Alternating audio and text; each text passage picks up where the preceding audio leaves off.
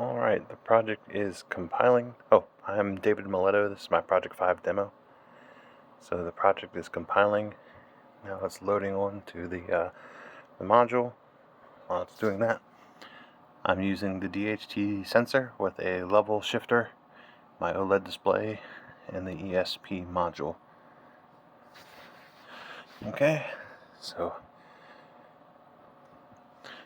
alright.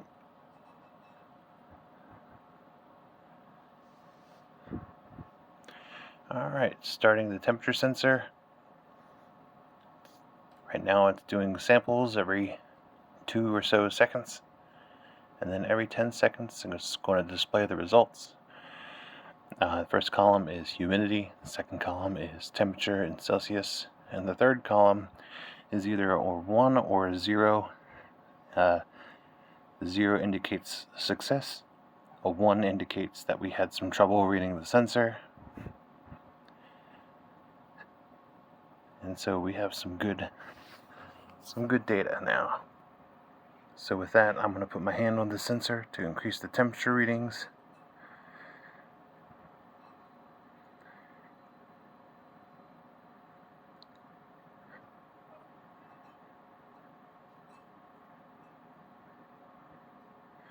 Alright, so the humidity spiked a bit, but let's see if we can get the temperature to go up. Alright, I think it's showing 18 degrees Celsius now.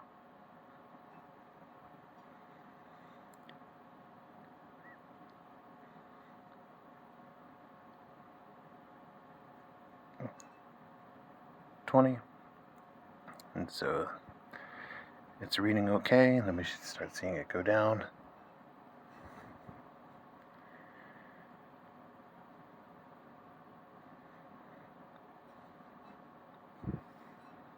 Looks like it got up to 23 right there.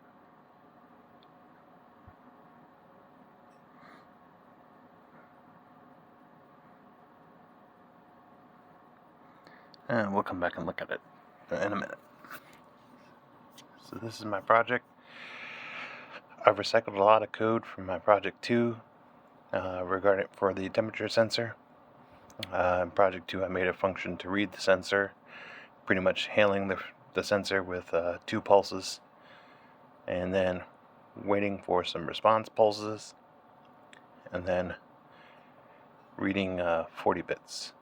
It's easy to tell what's a 1 and what's a 0 because it will send an initial pulse and then a follow-up pulse.